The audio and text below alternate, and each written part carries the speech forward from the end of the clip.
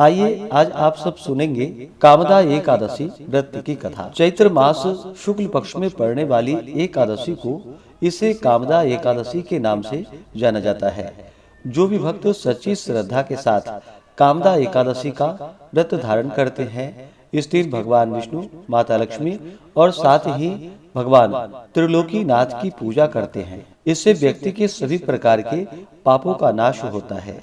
जिस प्रकार अग्नि अपने तेज से सभी प्रकार की वस्तुओं को जलाकर नष्ट कर देती है, उसी प्रकार कामदा एकादशी भी तेज युक्त होती है। इस व्रत के प्रभाव से व्यक्ति के सभी प्रकार के जाने अनजाने भयंकरतम किए गए पाप नष्ट हो जाते हैं तथा पुत्र पौत्रादि प्रदायिनी सभी प्रकार के मनोरथ को पूर्ण करने वाली यह कामदा एकादशी व्रत है।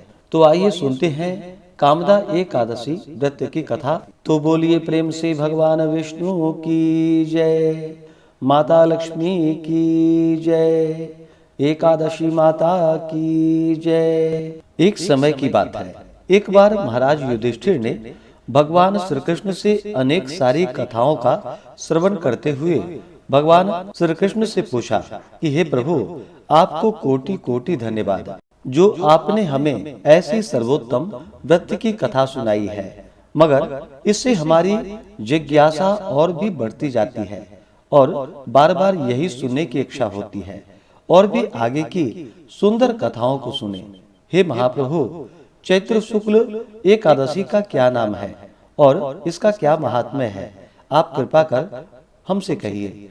पांडु नंदन के इस प्रकार धर्मयुक्त विनीत विचारों को सुनकर भगवान श्री कृष्ण ने कहा कि हे राजन, यह प्रश्न महाराज दिलीप ने अपने गुरु महर्षि वशिष्ठ जी से किया था। उन्होंने जो कथा उन्हें सुनाई थी वही हम तुम्हारे सम्मुख प्रकाश करते हैं। हे राजन, चैत्र शुक्ल एकादशी का नाम कामदा एकादशी है।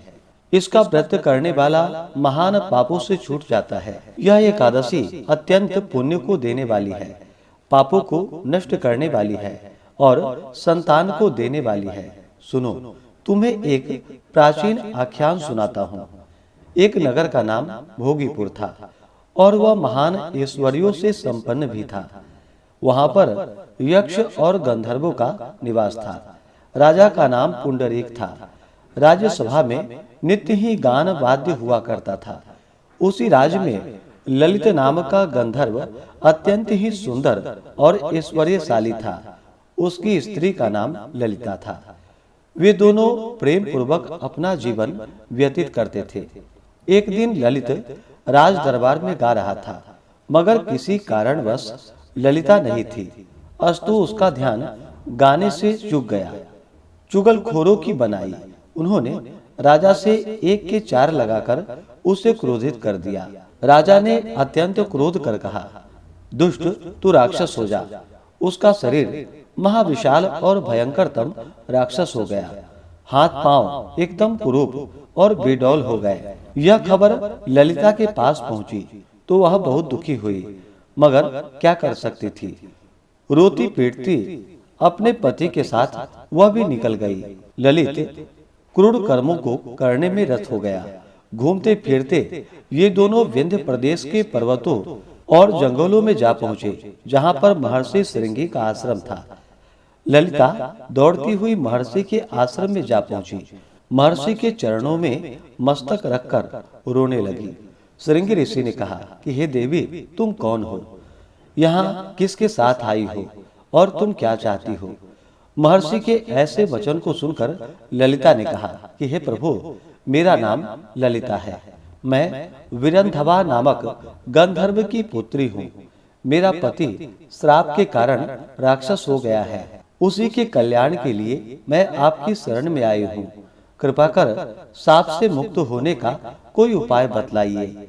ललिता के ऐसे वचन को सुनकर महर्षि जी ने कहा कि देवी, अभी चैत्र का महीना है। तुम चैत्र के शुक्ल पक्ष की कामदा एकादशी का व्रत मेरी बताई रीति अनुसार करो और उसका फल अपने पति को अर्पण करो। तुम्हारा पति अवश्य ही शाप से मुक्त हो जाएगा। ललिता ने महर्षि की बात बताई हुई रीति के अनुसार चैत्र शुक्ल कामदा एकादशी का व्रत जो कि विधि पूर्वक वही आश्रम में ही किया और द्वादशी के दिन उसका पुण्य फल अपने स्वामी को अर्पित कर भगवान से उसके शाप मोचन की प्रार्थना की। तत्काल ललित का शाप नष्ट हो गया और पुनः वह अपने प्रथम स्वरूप में आ गया।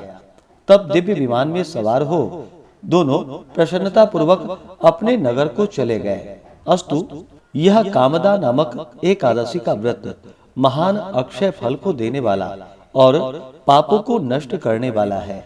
ब्रह्म हत्या इत्यादि महान पापों को नष्ट करने वाले महान पापी भी कामदा एकादशी का व्रत कर पाप से मुक्त हो जाते हैं। इस कथा को कहने एवं सुनने से वाजपेयी यज्ञ करने का पुण्य फल प्राप्त होता है। तो बोलिए प्रेम से भगवान विष्णु की जय।